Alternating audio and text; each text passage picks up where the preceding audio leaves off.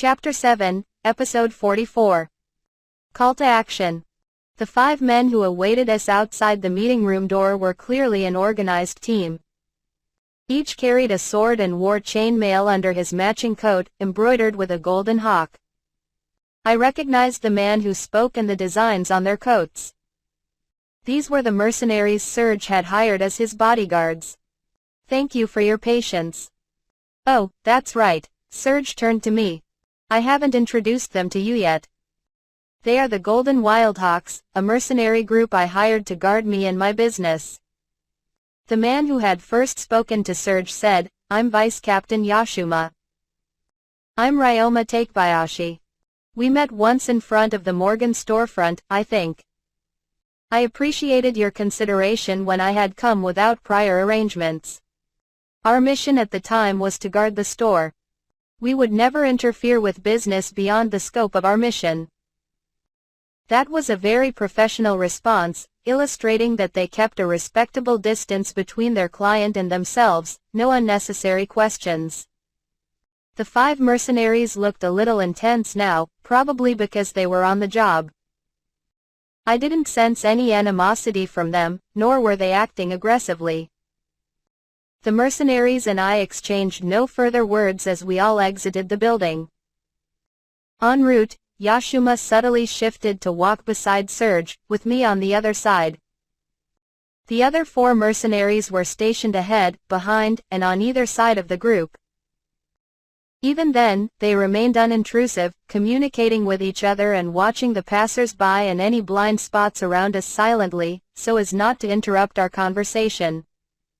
They pulled off this masterful coordination so naturally that I couldn't help but watch them, impressed.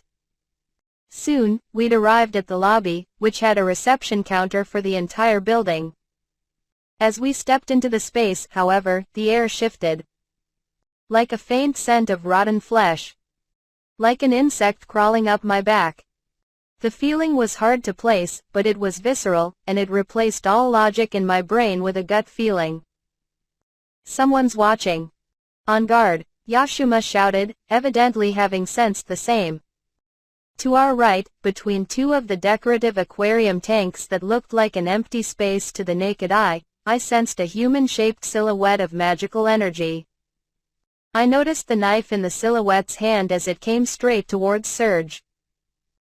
To your right, I called out reflexively, unspooling the wire slime from my left arm before throwing it like a bola at the silhouette. The attacker dodged the wire slime, nearly diving to the ground, and made a strange sound as it did so. That sound was enough to betray its location to the Wildhawks. Stop him! The 2 guards to the left and right of our group attempted to form a wall between the attacker and Serge, although it looked like they still couldn't see the attacker. The Wildhawks must have acted on that single sound, or, in the case of the Beastkin mercenaries, on the attacker's scent. However, the attacker saw this and changed course. The Wildhawks' hesitation gave the assailant another chance to attack. The silhouette halted its charge and moved to throw its knife at Serge. Not so fast. As I reached for the iron slime in my belt, Yashuma shifted his position to keep Serge behind him. Seeing that the mercenary had put himself between Serge and the incoming knife, I drew and threw the slime sword. The sound of metal striking metal rang out just beside me, and a great spray of blood painted a whole section of the lobby. That seemed to break the spell. The air warped before my eyes, revealing a man wearing something like a full bodysuit. Grab him, ordered a Wildhawk. The mercenary closest to him put the attacker in a chokehold, and he went limp. How quickly he went down was a little off-putting, but I couldn't find any other attackers, even through magic detection. Now that the immediate danger had been dealt with, I shifted my attention. The quick but bloody battle had naturally caused a commotion in the busy lobby, especially since it was midday. Serge and the Scientist, while quiet, also seemed shaken by the encounter. Yashuma gave me a look. Let's turn back. We can't very well leave him here, I said to our group.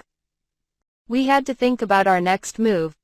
Filled square, filled square, filled square, filled square, Filled square, filled square, filled square, filled square, filled square. That evening, two men were engaged in ominous conversation in the drawing room of a shop within Gimel. Progress report, wands? All executed to your specifications. With less than a week to plan, everything's been done perfectly? There must be members who were unhappy about us taking over. Naturally. Each of us has been working undercover in this city, anywhere from a few months to a few years, patiently laying the groundwork and performing subtle sabotage. Just when our efforts were about to come to fruition, our orders changed drastically. There's little wonder that some of us would question how you've come out of the woodwork to give us new orders. Still, while your group and ours have different methods, we all belong to the underground guild. We respect the chain of command. I promise you our full effort to follow those orders and serve under your command. Indeed. I trust you will. Let's say all is going according to plan. I have one more order for you personally. Anything. Tell me everything you know about the boy Ryoma Takebayashi. Wands froze for a moment. I believe I gave you a detailed report about the boy. I received it. Think of this as verification. Anything you know, no matter how insignificant it may seem. We have our orders to eliminate the boy as we progress with our plan. Eliminate the boy? It seems overkill for you to take on a single child. I dare say I pity him. Despite what he said, Wands could barely contain his ecstasy at the idea. I would be lying if I said we didn't agree. But orders are orders. Besides, I hear the boy casts spells of a caliber far beyond his age. He's going around shoveling snow with some grand water magic contraption. Who knows how he'll use magic in combat? He definitely holds a lot of magic energy. I hear he's put a group of delinquent adventurers under his command by beating them in combat, but even I could tell they were amateurs. Well, he did give me some holier-than-thou speech and sabotage my operation. I suppose he has enough talent to back it up. Is that all? What do you mean? Midday today, one of us attempted an assassination on the president of the Morgan Trading Company. He hasn't returned, and the president is still alive. I understand why he was a target of assassination, since he was deeply involved with both the Duke and the boy. But you think the boy thwarted the attempt? Morgan was constantly being guarded by several members of the Golden Wildhawks. I would assume they had a hand in it, rather than the boy. We knew about the Golden Wildhawks, which was why the Unseen Blade was assigned the job. He had a great chance of pulling off the kill, even with the mercenaries there. The point of attack was within Ryoma Takebayashi's security headquarters. We had gained intel that Morgan would join him there for lunch.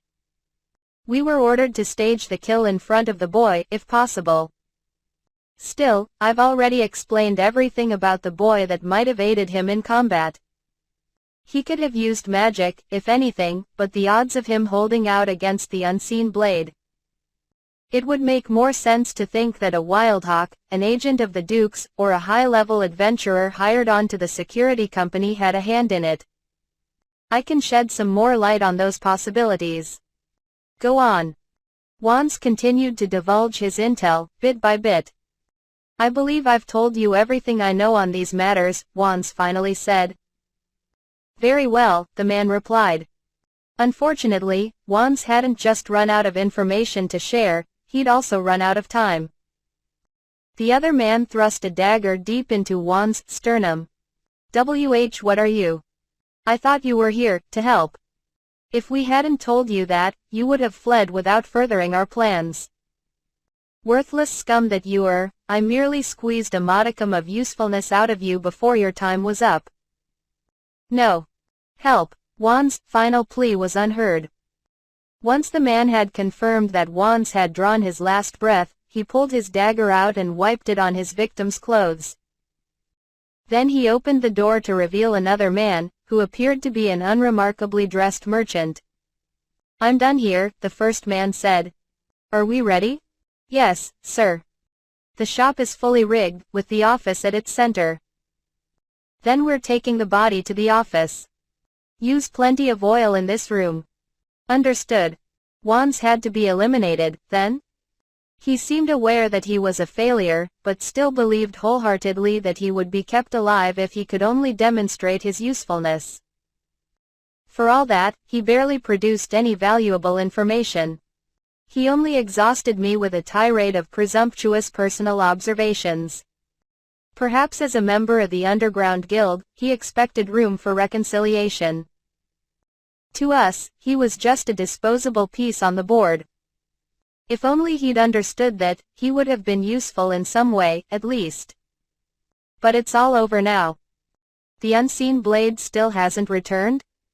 Not according to his last scheduled communication. I see. Even if it was a miscommunication, he won't get the antidote in time. We move on without him. Utilize a few pawns. While there is a chance the attempt was sabotaged by an unexpected third party, be on full alert when it comes to Ryoma Takebayashi. He makes a move, I know about it. Let's begin. Yes, sir. The pair of men swiftly carried Juan's body out of the room. When they returned, they poured a jug full of oil all over the room, stripped their robes onto the floor, set it all ablaze, and left. It would be some time before Juan's corpse was discovered.